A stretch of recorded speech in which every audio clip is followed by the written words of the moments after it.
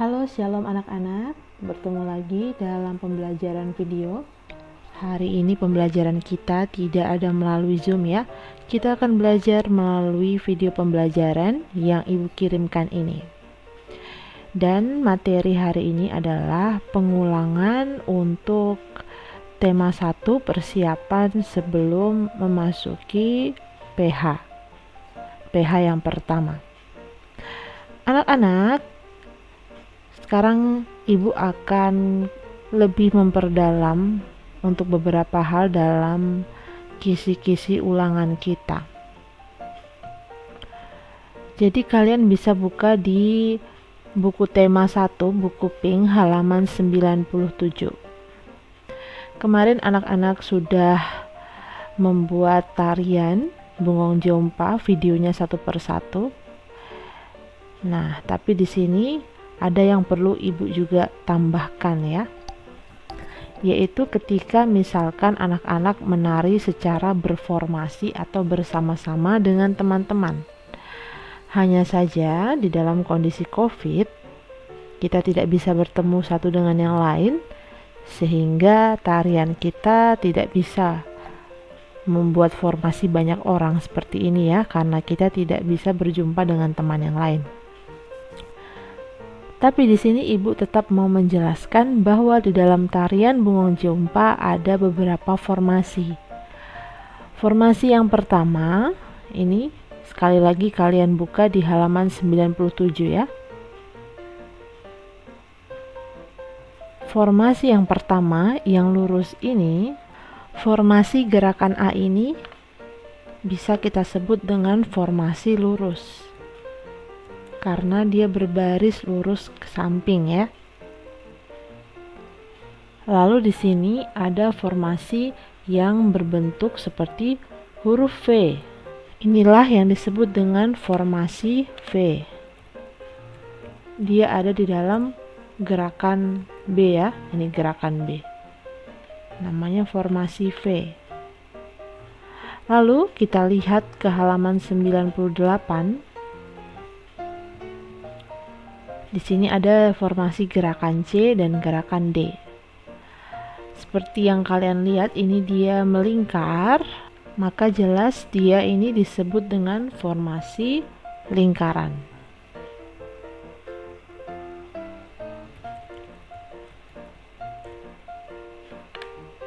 Lalu bagaimana dengan gerakan yang di formasi D ini ya, gerakan D. Ini dia menyilang-nyilang, sehingga ini disebut dengan formasi zigzag.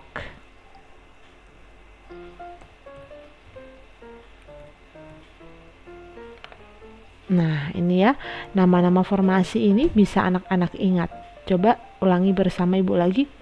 Dari bawah, ini karena dia silang-silang, seperti kita kalau menggaris tulisan zigzag. Nah, ini ya namanya zigzag. Lalu formasi yang di atasnya, gerakan C ini, dia bentuknya lingkaran, jelas dia adalah formasi lingkaran. Kalau yang ini, jelas dia seperti berbentuk huruf V, dia adalah formasi V. Kalau yang ini, dia hanyalah formasi lurus. Selanjutnya coba anak-anak lihat di sini ada beberapa formasi dengan namanya.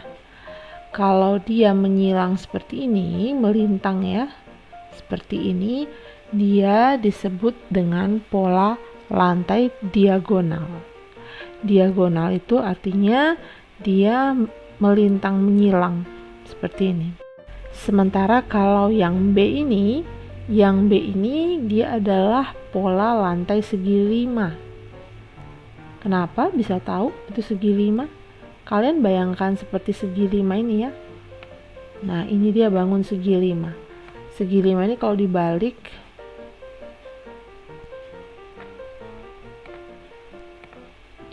ya, coba kita balik. Nah, sama kan bentuknya seperti segi 5. Jadi ada 5 titik, 1, 2, 3, 4, 5, A, B, C, D, E, ada 5 titik. Dia membentuk segi 5, makanya disebut dengan pola lantai segi 5. Setelah itu kita ada lagi formasi lantai lurus. lurus ke depan. Setelah itu ada lagi pola yang lain. Pola yang lain ini adalah pola zigzag. Pola zigzagnya seperti ini ya, seperti tadi yang Ibu sudah sampaikan. Dia bentuknya menyilang-nyilang begini. Nah, ini zigzag seperti huruf Z, zigzag ya. Lalu setelah itu ada lagi formasi yang lain, yaitu formasi lingkaran, terdiri dari 5 titik. Nah, mungkin anak-anak bertanya, Ibu, apa bedanya yang lingkaran ini sama yang segi 5 ini? Coba kalian perhatikan, ada perbedaannya. Kalau yang di segi 5 ini ya, antara C dan B itu sejajar, antara E dengan D itu sejajar, tapi E dengan D ini dia lebih masuk ke dalam ya. Nah, sementara A ini lebih maju di depan. Jadi dia bentuknya lancip seperti segi 5. Sementara kalau yang pola lingkaran ini dia terdiri dari 5 titik atau 5 orang juga. Hanya saja jarak mereka, misalkan E dan A, itu jaraknya sama dengan E dan D. Jaraknya sama dengan D dan C. Jaraknya sama dengan C dan B. Jaraknya sama dengan A dan B. Ya kan? Jadi jaraknya ini, jarak ini, jarak di sini, jarak di sini, di sini itu sama. Kalau yang di formasi segi 5 beda ya. Di sini sama di sini itu beda. Ini dia lebih condong. Ya, tidak sama bentuknya. Oke, jadi anak-anak harus lebih jeli nanti melihat soal. Lalu yang ini apa? Ini juga polanya diagonal, dia melintang ya, diagonal. Sama seperti A ini. Hanya saja diagonalnya ini dia bukan dari kiri atas ya. Kalau yang ini kan A dari kiri atas. Kalau yang F dia dari kiri bawah. Jadi ini adalah pola lantai untuk tarian Bungong Jeumpa. Pola lantai. Oke anak-anak, itu tadi di penjelasan halaman 97 dan 98 ya, di materi subtema 2. Subtema 2 untuk pembelajaran 2. Subtema 2 pembelajaran 2 ya, ini mengenai formasi zigzag, lalu apa tadi sebelumnya? Lingkaran, lalu ini formasi V, ini lalu formasi lurus. Selanjutnya kita beralih ke halaman 139. Anak-anak, Ibu mau ingatkan lagi supaya kalian jangan lupa ya. Jadi semuanya ini dibaca-baca ya bukunya, jangan langsung ditutup begitu saja. Tetap dibaca-baca, dilihat, diingat kembali. Halaman 139. Nah, di sini ada beberapa rumah adat. Anak-anak bisa ingat-ingat kembali ya apa yang sudah pernah Ibu tampilkan juga di slide. Ini adalah rumah adat berbagai daerah. Perhatikan bahwa setiap rumah adat ini memiliki ciri khas masing-masing. Aceh itu dia seperti ini ya, tampak depan. Aceh, dia terdapat di Pulau Sumatera. Lalu yang ini itu rumah Balai Batak Toba. Nah, ini yang pernah Ibu munculkan di slide penjelasan Ibu ya. Ini ada namanya. Balai Batak Toba. Kalau yang ini juga pernah Ibu jelaskan ya. Ini adalah rumah adat Provinsi Sulawesi Selatan, lebih tepatnya untuk suku Toraja. Oke. Apa ciri khasnya suku Toraja? Tentu saja atapnya ya anak-anak ya. Kalian bisa lihat dari atapnya yang lebih lebar. Ini ujungnya.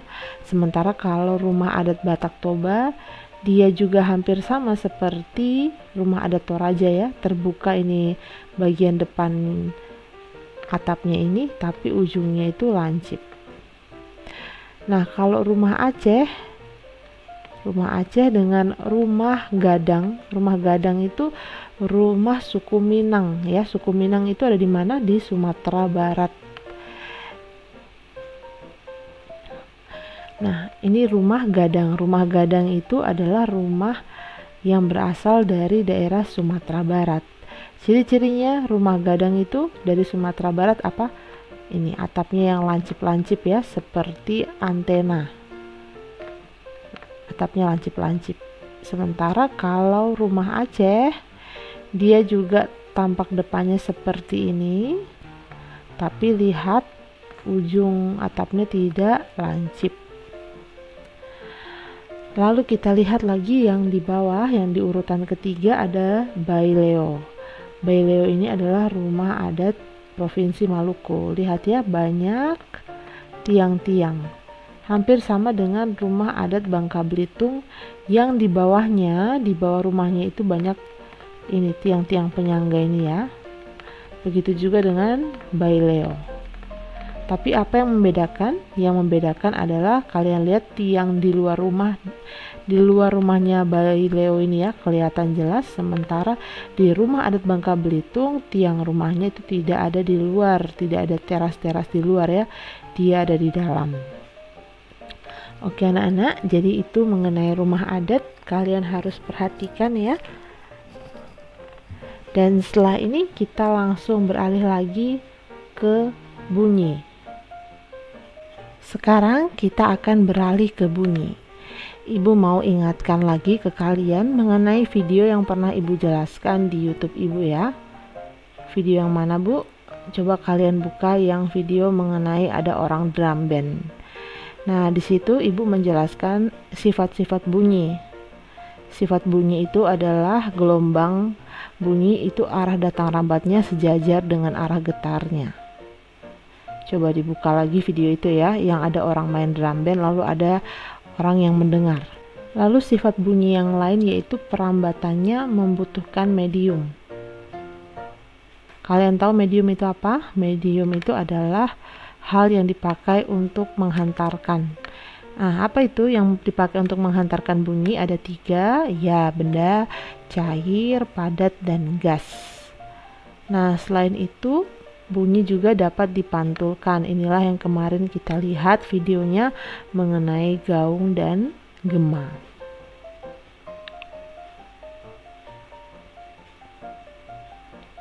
Sumber-sumber bunyi, bahwa setiap benda yang bergetar, ingat bagaimana sebuah alat itu bisa mengeluarkan bunyi itu dari ketika benda itu diam lalu dia bergetar. Ketika benda itu bergetar maka dia mengeluarkan bunyi. Jadi benda itu menjadi sumber bunyi. Setiap benda yang bergetar pasti akan menghasilkan bunyi. Benda-benda itulah yang dinamakan sumber bunyi anak-anak. Jadi sumber bunyi itu apa? Sumber bunyi itu adalah benda-benda yang dapat menghasilkan bunyi seperti garpu putala ini. Lalu gitar, ya, gitar. Nah, ini gambar Ibu jelek banget ya.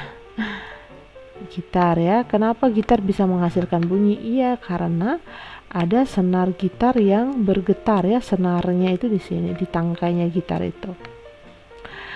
Lalu juga sumber bunyi yang lain itu alat-alat musik lain seperti suling. Kalian masih ingat waktu Ibu meniup seruling? Apakah yang bergetar di dalam seruling Ibu?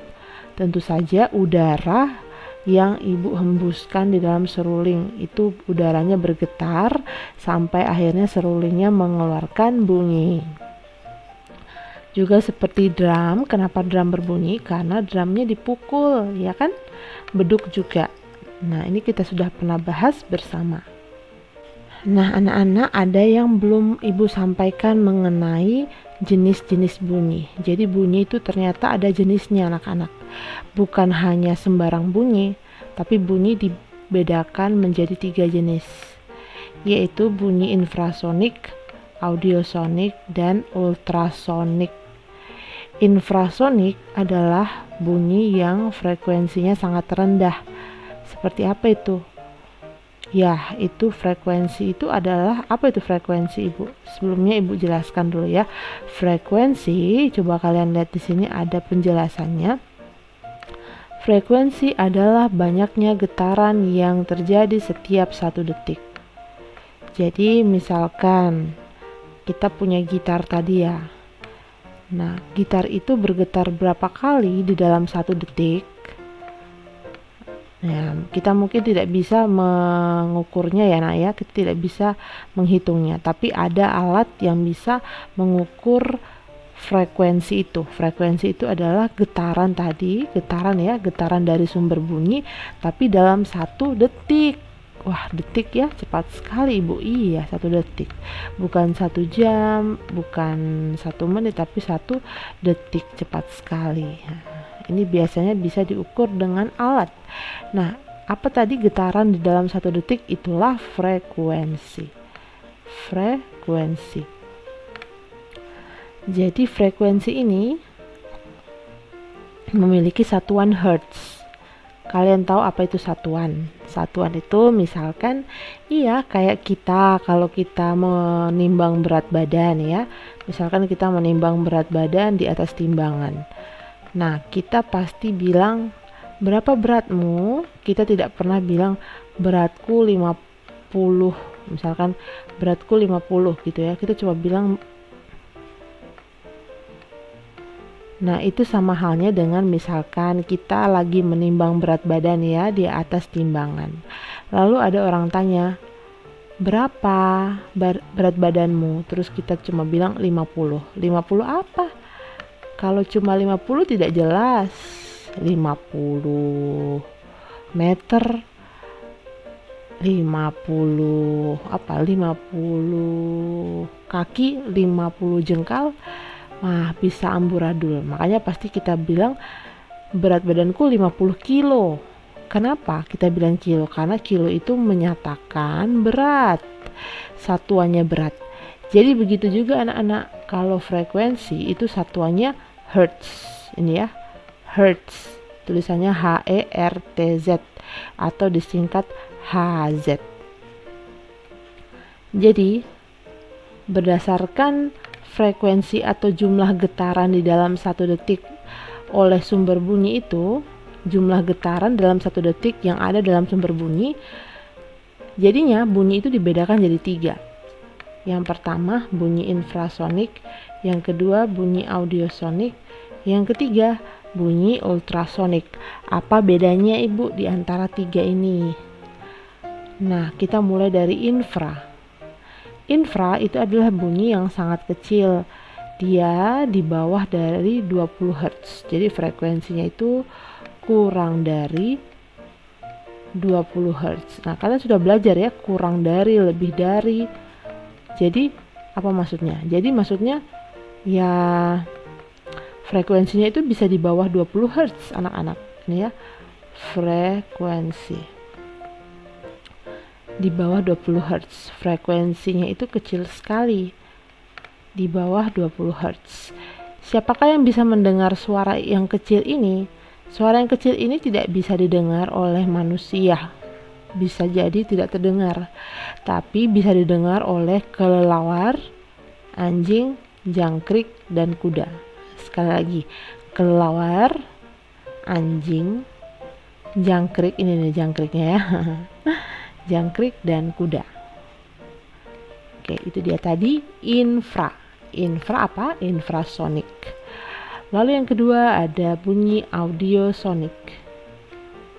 Audio itu artinya bunyi ya. Jadi tadi apa? Infra yang kecil, audio yang di tengah ya.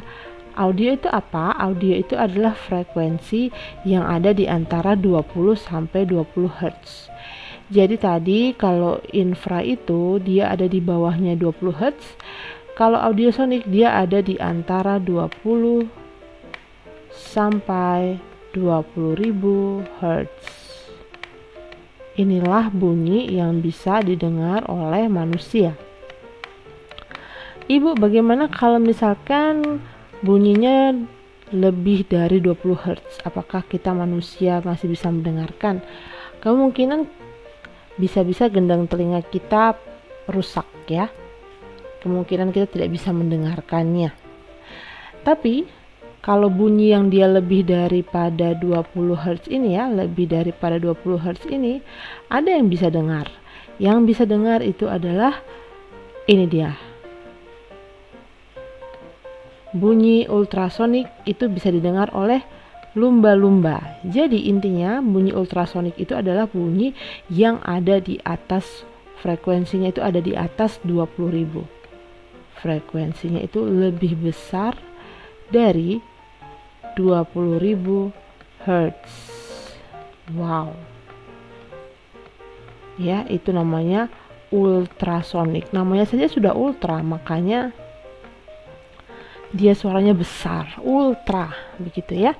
Oke, jadi itu dia tadi jenis bunyi. Nih ya, jenis bunyi. Kalian bisa perhatikan, diingat-ingat, karena ini adalah materi yang Ibu belum bagikan ya kemarin. Lalu kita akan melihat dari bunyi ini, dari sumber bunyi dan jenis bunyi, kita akan pergi melihat telinga. Oke anak-anak, kita lanjut pada kelainan telinga. Jadi telinga itu tentu saja adalah salah satu organ yang penting buat kita ya. Karena kalau tidak ada telinga, kita tidak bisa mendengar suara orang lain yang bicara dengan kita, ataupun kita tidak bisa mendengar lagu yang indah, kita tidak bisa mendengarkan lagu kesukaan kita. Ya, seperti itu. Jadi, kita akan bahas mengenai kelainan pada telinga.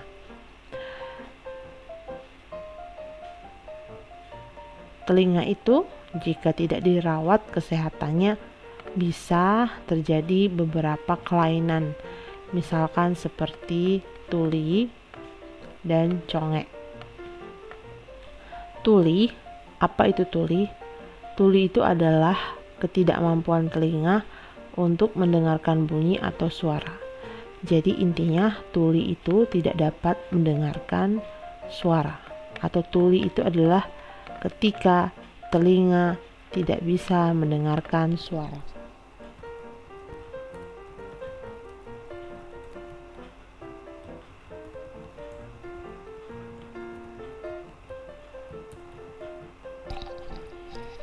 Nah, itu tuli ya. Kenapa sampai bisa terjadi tuli, Ibu?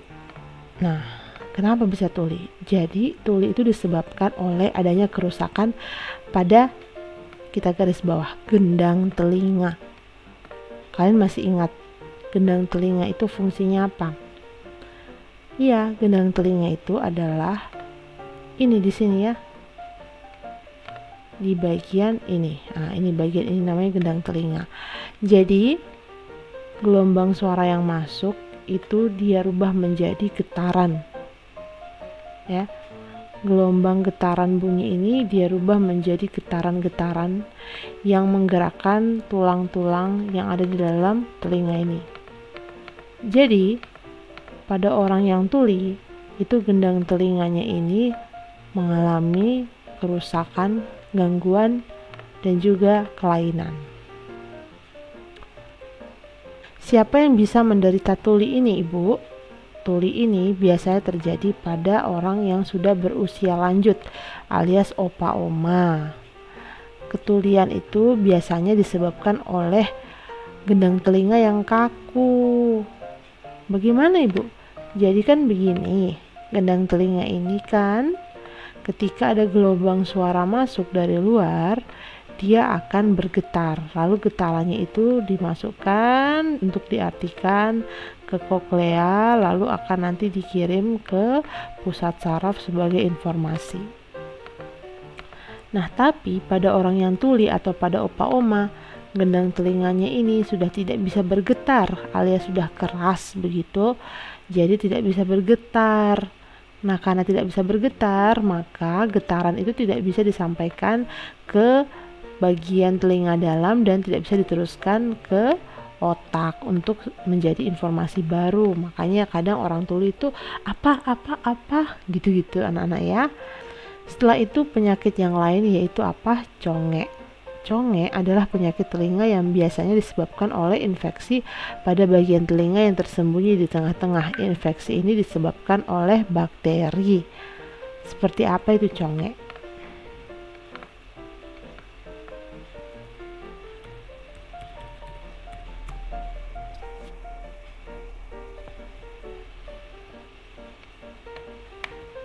Nah, ini dia anak-anak, kalian bisa lihat ini adalah gambar conge. Conge itu adalah ketika telinga mengeluarkan nanah atau cairan. Nah, cairannya di sini bukan air begitu ya, bukan cuma air bening begitu, tidak, dia seperti agak-agak kental begitu ya. Dan ini berbau. Conge itu bau, anak-anak. Kita perlu memelihara kesehatan telinga. Jadi conge itu diakibatkan oleh adanya bakteri. Itulah mengapa kita harus selalu memelihara kesehatan telinga kita. Bagaimana caranya kita memelihara kesehatan telinga kita, Ibu? Nah, caranya adalah kita harus membersihkannya dengan teratur, ya. Membersihkan telinga dengan teratur. Nah, membersihkannya itu bagaimana, Ibu, caranya? Caranya adalah dengan menggunakan kapas yang bersih. Dan jangan sekali-kali kita membersihkan telinga itu dengan benda yang keras atau tajam. Misalkan kita membersihkan telinga dengan gunting, ujung gunting. Wow, itu tidak boleh sama sekali, anak-anak. Kenapa? Karena tadi nanti gendang telinga ini kalau misalkan nanti salah kita buat ya, misalnya ada gunting di sini atau ada apa ya, ini gunting lah misalkan. Ada gunting ya, ada gunting. Lalu nanti terkena gendang telinganya bisa robek. Nah, sementara gendang telinga inilah yang mengantarkan getaran dari gelombang bunyi ke otak ya. Tentu saja pasti lewat sini dulu, tapi pada intinya akan diantar ke otak gitu kan. Nah, bagaimana caranya informasi bisa sampai ke otak kalau gendang telinga kita ini robek dan rusak? Nah, itu makanya kita perlu hati-hati ketika secara rutin dan teratur membersihkan telinga kita ya anak-anak. Oke anak-anak, itu saja video persiapan materi tambahan untuk anak-anak menghadapi PH nanti. Untuk PR hari ini tidak ada karena Ibu mau kalian semuanya itu istirahat, tidak sibuk atau tidak pusing mengerjakan tugas karena besok kalian sudah mau ulangan. Jadi kalian persiapkan diri saja, kesehatan, dan juga jangan lupa untuk baca-baca materinya ya nak ya.